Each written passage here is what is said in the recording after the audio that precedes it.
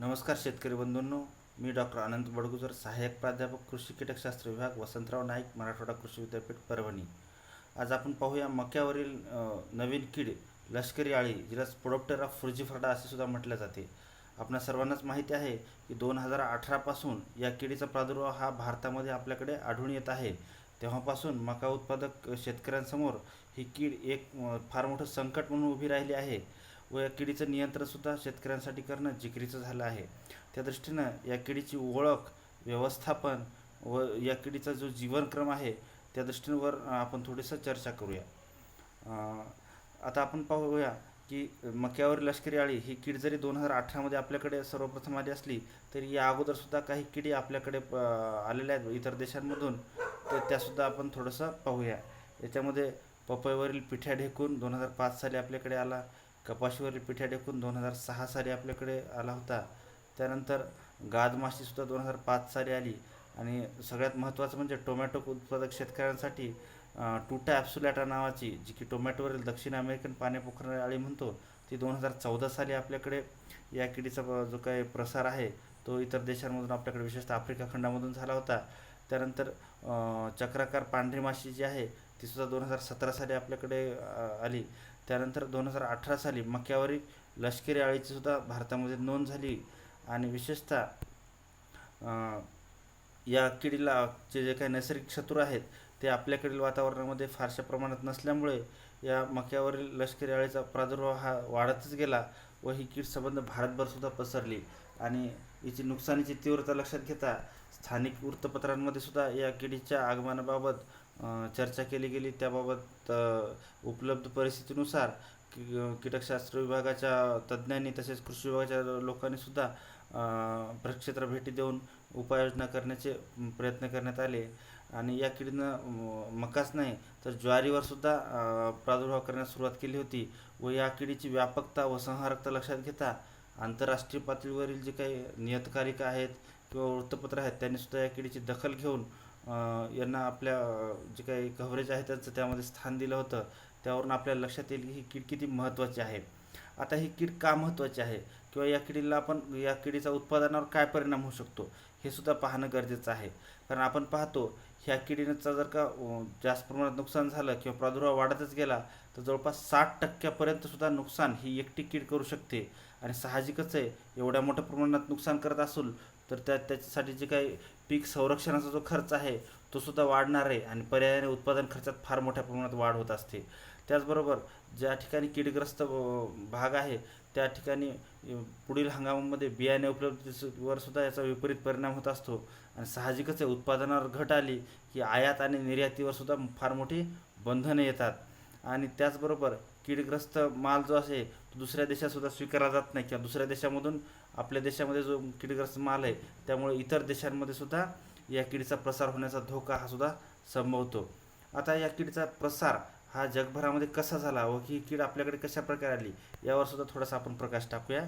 या किडीचे मूळ स्थान जर का आपण पाहिलं तर संयुक्त संस्थाने ते अर्जेंटिना व उत्तर व दक्षिण अमेरिका खंडातील देशांमध्ये या किडीचं मुख्यतः ही कीड आपल्याला आढळून येत होती. परंतु 2015पर्यंत अमेरिका खंडातील देशाशिवाय इतर कोणत्याही खंडामध्ये किंवा देशामध्ये या किडीचा प्रादुर्भाव आपल्याला आढळून आला हा नव्हता. परंतु आफ्रिका खंडामधील नायजेरिया, बेनिन, टोगो येथे 2016 साली तसेच घाना येथे 2017मध्ये या लष्करी अळीचा प्रादुर्भाव मोठ्या प्रमाणात आढळून आला. त्यानंतर आफ्रिका खंड पूर्णपणे या किडीने व्यापला. त्यानंतर या किडीनं आपला मोर्चा हा युरोपमध्ये झाला. युरोपमध्ये पूर्णतः प्रसार झाल्यानंतर मग नंतर आशिया खंडामध्ये सर्वप्रथम भारतामध्ये मे 2018मध्ये दक्षिण कर्नाटकामधील शिवमोगा जिल्ह्यामध्ये या किडीच्या मका पिकावर सर्वप्रथम या किडीची नोंद झाली. व त्यानंतर कालांतराने मराठवाड्यातील नांदेड जिल्ह्यामध्ये सप्टेंबरमध्ये या किडीचा प्रादुर्भाव आपल्याला आढळून आला. तसेच महाराष्ट्रातील इतर जिल्ह्यामध्ये देखील ही कीड आपल्याला आढळून आली होती. बरं, मका पिकाशिवाय ही कीड ज्वारी असो, ऊस असो किंवा भात या पिकावर सुद्धा या किडीचा प्रादुर्भाव हा आढळून आलेला आहे. याप्रमाणे संबंध जवळपास 80 ते 90% जग या किडीने व्यापलेलं आहे. अवघा 2016 सालीपर्यंत एका मर्यादित स्वरूपात असणारी ही कीड 2017, 18 आणि 2019पर्यंत संबंध जगाला व्यापण्याचं काम या किडीने केलेले आहे. व आज सगळ्या मका उत्पादक तसेच जगासमोरील सगळ्यात मोठं आव्हान म्हणजे या किडीचा जो काही नियंत्रण आहे किंवा व्यवस्थापन आहे ते कशा प्रकारे करावं हे एक संकट म्हणून उभं राहिले आहे. त्याचबरोबर भारतामध्ये सुद्धा या किडीचा प्रसार जो आहे जवळपास दक्षिण भारत पूर्णपणे या किडीने व्यापलेला आहे. ही कीड सुरुवातीला दुय्यम जरी वाटत असली तरी कालांतराने ची संहारकता लक्षात घेता ही कीड मुख्य कीड म्हणून सामोरे आली आणि आजची परिस्थिती जर का पाहिली तर आता ही प्रमुख कीड म्हणून सुद्धा ओळखले जाऊ लागलेली आहे. त्यामुळे साहजिकच आहे की तिचा उत्पादन खर्चामध्ये सुद्धा वाढत आहे. मग आता या किडीकडे विशेष लक्ष देण्याची का गरज आहे, तर ही कीड फक्त मका पिकावर न खाता एक बहुभक्षी कीड आहे. ज्या प्रकारे अमेरिकन बोंडाळीला आपण लष्करी अळी म्हणत होतो किंवा हेलोथिस आर्मिजरा हिला सुद्धा आपण बहुभक्षी कीड म्हणत होतो, अगदी त्याच प्रकारे ही कीडसुद्धा बहुभक्षी असून 186 प्रकारच्या वनस्पतीवर उपजीविका करते. यावरून याची व्यापकता आपल्याला सहजपणे लक्षात येईल. मका ज्वारी असो किंवा ऊस भात असो किंवा गहू असो इत्यादी तृणधान्य पिकांना फस्त करण्याचं काम ही प्राधान्याने करत असते. त्याचबरोबर चवळी असो, भुईमुग असो, सोयाबीन असो किंवा सगळ्यात महत्त्वाचं म्हणजे आपल्याकडचं नगदी पीक कापूस, त्याचबरोबर भाजीपाल्यामध्ये बटाटा इत्यादी पिकावर सुद्धा या किडीची नोंद ही झालेली आहे. त्याचबरोबर या किडीचा प्रसार होण्याचा वेग हा खूप जास्त आहे. पतंग अंडी देण्याअगोदर जवळपास 500 किलोमीटरपर्यंत जाऊ शकतो व वाऱ्याचा वेग जर का अनुकूल असला तर हा पतंग जवळपास 30 तासात 1600 किमीपर्यंत सुद्धा गेल्याची नोंद ही झालेली आहे. त्यावरून या किडीचा प्रसार आपल्याला ओळखू शकतो व याचा अनुभव आपण नुकताच घेतलेला आहे. व विशेषतः म्हणजे या किडीचं जीवनचक्र जे आहे ते वर्षभर चालू असतं. या किडीच्या जीवनक्रमामध्ये कुठलीही सुप्त अवस्था आपल्याला आढळून आलेली नाही. त्यामुळं अविरतपणे खाद्य मिळत राहिलं की ही किडीचं जे काय असते ती पूर्णतः वर्षभर सुद्धा आपल्याला आढळून येते. या किडीची जर का आपण ओळख करायची झाली तर या किडीच्या सुद्धा साधारणपणे इतर अळीवर्गीय किडींप्रमाणे 4 अवस्था असतात: पतंग, अंडी अवस्था, अळी अवस्था व कोश अवस्था. साधारणतः या किडीचा पतंग जो असतो तो नर पतंग समोरचे पंख करड्या व तपकिरी रंगाचे असून पंखाच्या टोकाकडे व मध्यभागी पांढरे ठिपके आपल्याला आढळून येतात. मादी पतंगाचे समोरचे पंख पूर्णपणे करड्या रंगाचे दिसून येतात, तर नर मादी पतंगाचे मागील पंख चमकदार पांढरे असतात. नर हा शक्यतो निशाचर असून संध्याकाळी मिलनासाठी जास्तपणे सक्रिय असतात. त्यानंतर पतंग हे अंडी देत असून अंडी पुंजक्यात घातली जातात. अंडी घुमटाच्या आकाराची मळकट पांढरी ते करड्या रंगाची असतात. ही अंडी पुंज केसळ आवरणाने झाकलेली असतात. त्यानंतर लहान अळ्या या जवळपास साधारणतः काय होतं की अंड्यामधून 2 ते 3 दिवसामध्ये अळ्या बाहेर पडतात व ह्या अळ्या एकाच पानावर समूहामध्ये राहून त्या ठिकाणी पानावरचं हरितद्रव्य खाण्याचं काम करतात व कालांतराने लाळेद्वारे लटकतात व वाऱ्याच्या दिशेनुसार मग त्या इतर झाडांवर त्याचा जो प्रसार असतो तो होत असतो. त्यालाच आपण बलूनिंग सुद्धा म्हणतो. यानंतर पूर्ण वाढलेली अळी ही 3.1 ते 3.8 सेंटीमीटर लांब असते.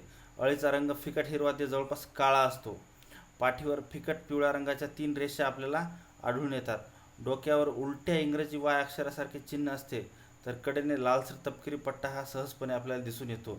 तसेच शरीरावर काळे ठिपके असतात. आणि जर का आपण मागच्या बाजूने पाहिलं तर दुसऱ्या वल्यावर चौरसाच्या आकाराचे 4 काळे ठिपके आपल्याला सहजपणे दिसतात. ही या किडीला ओळखण्याची जी काही सरळ सोपी जी लक्षणे आहेत ती आहेत. यानंतर सुरुवातीच्या अवस्थेतली अळी 6 ते 9 मिलीमीटरची असते व साधारणतः थोडीशी तिच्या अंगावर लव आपल्याला सहजपणे दिसून येते. त्यानंतर कालांतराने अळी मोठी होत जाते व पूर्ण वाढ झालेली अळी 30 ते 66 मिलीमीटरपर्यंत दिसते व पूर्ण वाढलेली अळी थोडीशी कमी लव असणारी व ओलसर दिसून येते. यानंतर ती जमिनीमध्ये कोशावस्थेत जाते व कोश सुरुवातीला हिरवट असून नंतर लालसर तपकिरी रंगाचे बनतात व कोशात जाण्यापूर्वी अळी आपल्याभोवती एक मातीचं वेष्टन तयार करते व त्यामध्ये कोशावस्था ही होत असते.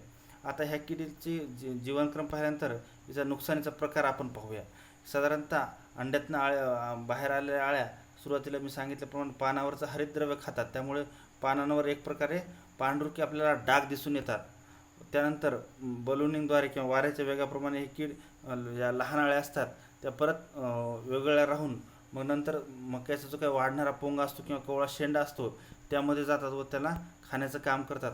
साहजिकच आहे की कवळा शेंडा फस्त केला की पिकाची वाढसुद्धा खुंटते आणि वाढ खुंटली की मग त्याचा वाढीवर सगळ्याच गोष्टीवर परिणाम होतो आणि पर्यायाने तो चारासुद्धा निकृष्ट दर्जाचा होऊन जातो. तो चारासुद्धा जनावरं खात नाहीत. अगदी पानंसुद्धा पांढरे डाग पडल्यामुळं खराब होऊन जातात बरं, एवढ्यावरच ही कीड थांबत नाही, तर जो काय मका पिकाला फुलोरा येणार असतो त्या फुलोऱ्यावर सुद्धा खाते. त्यानंतर जी काही कोवळी कंस असतात त्या कंसांमध्ये शिरून सुद्धा आतमधील दाणे खाण्याचं काम करते. म्हणजे पर्यायानं उत्पादनावर सुद्धा फार मोठ्या प्रमाणात घट करते. आणि विशेषतः पहिल्या 20 दिवसांमध्ये जी काय मक्याच्या वाढीच्या विविध अवस्था आहेत त्यामध्ये पहिल्या 20 दिवसांमध्ये या किडीचा प्रादुर्भाव तुलनेने जास्त प्रमाणात आढळून आलेला आहे. त्यानंतर ही मका पिकाशिवाय जवळपास ऊस असो किंवा जवळपास 186 प्रकारच्या विविध वनस्पतींना खाते. आणि सगळ्यात महत्त्वाचं म्हणजे कपाशीचं जे काही एक मराठवाड्यासाठी नगदी पीक म्हणून जे पीक आहे त्यावर सुद्धा या किडीची नोंद ही झालेली आहे. वर साधारणतः या किडीचा जीवनक्रम जर का पाहायचा झाला तर मादी पतंग पानावर पुंजक्यांमध्ये अंडी घालते. एका पुंजक्यामध्ये 100 ते 200 पर्यंत अंडी असतात, परंतु एक मादी 800 ते 1200 पर्यंत अंडी घालू शकते, अशी नोंदसुद्धा विविध प्रयोगांती झालेली आहे. व अंड्यातून जर का पोषक वातावरण असेल तर 2 ते 3 दिवसात अळ्या बाहेर निघतात. अळीची वाढ जवळपास 14 ते 30 दिवसात पूर्ण होते व जमिनीमध्ये कोशावस्थेमध्ये जाते. कोशावस्था ही जवळपास 9 ते 12 दिवसाची असते व पतंग जवळपास 7 ते 12 दिवस जगतात. अशा प्रकारे 32 ते 46 दिवसांमध्ये एक जीवनक्रम हा पूर्ण होत असतो. आता या किडीचा आणि वातावरणाचा जो काय संबंध आहे किंवा वातावरणातील घटकांचा या किडीच्या जीवनक्रमावर काय परिणाम होतो हे सुद्धा आपल्याला माहिती असणं गरजेचं आहे. साधारणतः जवळपास 25 ते 30 डिग्री सेंटीमीटर असेल तर या किडीचा खाण्याचा वेग हा वाढत असतो. आणि या किडीसाठी सर्वोत्तम तापमान जर का म्हटलं आपण तर 25 डिग्री सेंटीग्रेड हे तापमान या किडीसाठी सर्वोत्तम असं सिद्ध झालेलं आहे. तसेच जवळपास 8.7 सेंटीमीटर पेक्षा कमी जर का तापमान असेल तर या किडीचा वेग हा मंदावत असतो. त्याचबरोबर 39.2 सेंटीमीटरपेक्षा तापमान जास्त झालं तरीसुद्धा या किडीचा वेग हा मंदावतो. त्याचबरोबर पावसाळ्यामध्ये सर्वात जास्त पतंग हे या किडीचे आढळून येतात व 18 ते 32 सेंटीमीटर तापमान वाढत गेल्यास किडीच्या वाढीचा कालावधीसुद्धा वाढतो. परंतु असं सुद्धा एक नोंद झालेली आहे की ओलिताखालीलचं जर का पीक असेल तर त्या ठिकाणी या किडीचा प्रादुर्भाव तुलनेने कमी आलेला आहे. कारण बरीचशी कोशावस्था जी असते ती जमिनीमध्ये असतात आणि ओलिताखालील क्षेत्रामध्ये त्या कोशातून पतंग निघण्याचं प्रमाण हे सुद्धा कमी झालेलं आहे. आता ही कीड नवीन आहे, साहजिकच आहे की या किडीचे नैसर्गिक शत्रू जे आहेत ते आपल्याकडील भागामध्ये कमी प्रमाणामध्ये आढळून येत आहेत. त्यामुळे ही कीड अमर्यादपणे मका पिकावर वाढत आहे. त्याचबरोबर नुकसानसुद्धा मोठ्या प्रमाणात होत आहे. मग याला जर का टाळायचं असेल तर आपल्याला एकात्मिक कीड व्यवस्थापन पद्धतीचा अवलंब करून या किडीसाठी योग्य ते व्यवस्थापनाचे पर्याय शोधणं गरजेचं आहे. त्यासाठी मशागती पद्धतीमध्ये हंगाम संपल्याबरोबर पिकाचे जे काही अवशेष असतात ते वेचून त्याची विल्हेवाट लावणं गरजेचं आहे. त्याचबरोबर कोशावस्था ही जमिनीमध्ये असल्यामुळे जमिनीची खोल नांगरट करावी, त्यामुळे जमिनीतील कोश प्रखर सूर्यप्रकाशाची उष्णतेने मरून जातील किंवा पक्षीसुद्धा हे वेचून खातात. त्याचबरोबर पेरणी ही एकाच वेळी करावी, टप्प्याटप्प्याने पेरणी टाळणं गरजेचं आहे. टप्प्याटप्प्याने जर का पेरणी केली तर या किडीमध्ये कुठली सुप्त अवस्था नाही आहे आणि पर्यायानं कोवळं खाद्य या किडीला अविरतपणे उपलब्ध झालं तर साहजिकच ही कीड आटोक्यात येणं हे शक्य होणार नाही. त्याचबरोबर पिकाची फेरपालटसुद्धा करणं गरजेचं आहे, जेणेकरून की याच्या पुढील पिढ्या ज्या आहेत त्याच्यामध्ये थोडासा त्यांना खंड पडू शकतो. त्याचबरोबर तूर असेल, शेंगवर्गीय भाजीपाला यांचेसुद्धा आंतरपीक घेणे हे गरजेचे आहे. आंतरमशागत करून पीक हे नेहमी तणमुक्त ठेवावं, कारण आपल्याला माहितीच आहे की 186 प्रकारच्या वनस्पतीवर ही कीड जगू शकते. त्याचबरोबर काही यांत्रिक व भौतिक पद्धतीसुद्धा आहेत ज्याच्यामध्ये अंडीपुंज व समूहातील लहान अळ्या. अंडीपुंज हे एकत्रितपणे असतात, त्याचबरोबर समूहातील लहान अळ्यासुद्धा असतात. 200-250 पर्यंतसुद्धा अंडी आणि समूहातील लहान अळ्या एका ठिकाणी आपल्याला आढळून येतात.